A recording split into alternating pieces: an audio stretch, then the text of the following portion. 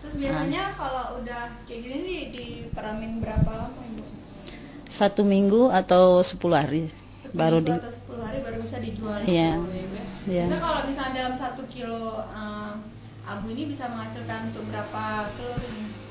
Bisa 13 sampai 16 biji 13 menurut sampai besarnya ya. 16 biji. Iya. Kalau dalam perharinya bisa buat berapa banyak telur Ibu?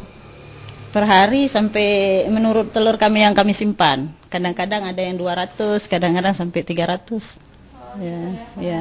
ya. Itu semuanya langsung dijual ke pasaran atau memang ada yang langsung ngambil ke sini? Ada yang ke pasaran, ada yang ambil ke sini. Langsung ambil ke sini, Ya. gitu ya. Ada yang titip ke warung-warung. Ya. Ya. Biasanya kalau di pasaran ke daerah mana aja Bu? Apa cuma di Aceh besar atau sampai ke Banda Aceh? Aceh besar aja, Longang. Kadang-kadang kan di sini pun belum mencukupi nih ha, karena banyak yang butuh ha. Karena memang peminat telur asin ini memang banyak ya Bu ya. Iya. Dibandingkan telur bebek yang biasa itu, telur bebek yang belum biasa nih, biasanya. Lebih banyak konsumen apa yang mau beli yang telur asin. Oh gitu. Karena tradisi kita Aceh ini kan suka makan telur asin. Gitu. Bu boleh nyobain nggak Bu? Boleh. Cobain ya. Ada yang bilang katanya ada yang hijau, telur asin hijau. Ah, iya, ini hijau.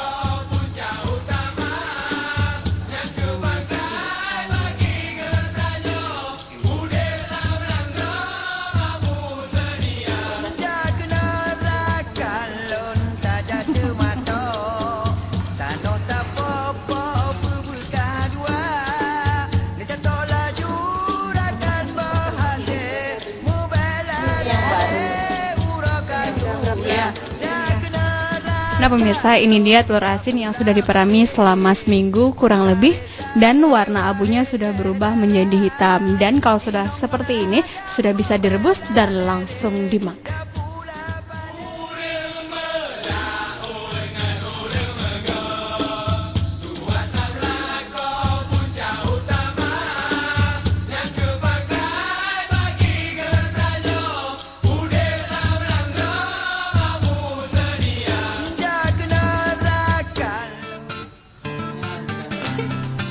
Setelah tadi kita melihat proses pembuatan telur bebek yang diasinin, sekarang ini sudah ada telur bebek yang sudah siap mau di packing ya Ibu ya. Nah ini dia contohnya, setelah mau di packing, biasanya Bu kalau dipasarin kemana aja nih Bu? Ke supermarket di Banda Aceh ini, yang ada di Banda Aceh. Udah, ya. Jadi tinggal langsung diinin aja. Ini pemirsa masih di packingnya secara manual ya Bu ya kita ya.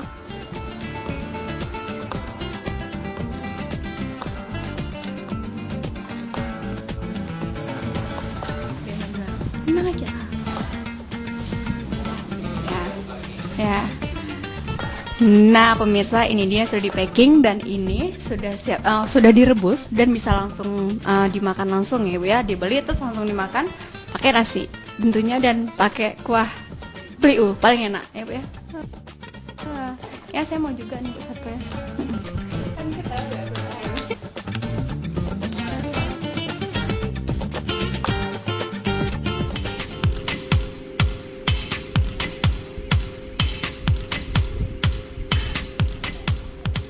Masih di Desa Tanjung, wanita ini adalah seorang janda yang beternak itik dengan menggunakan metode tradisional.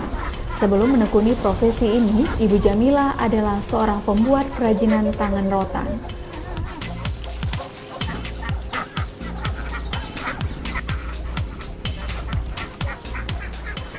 Pemirsa, setelah tadi kita melihat budidaya secara intensif, sekarang kita akan melihat budidaya secara tradisional. Dan di sini lebih banyak oleh kaum ibu-ibu yang berusia lanjut. Yuk.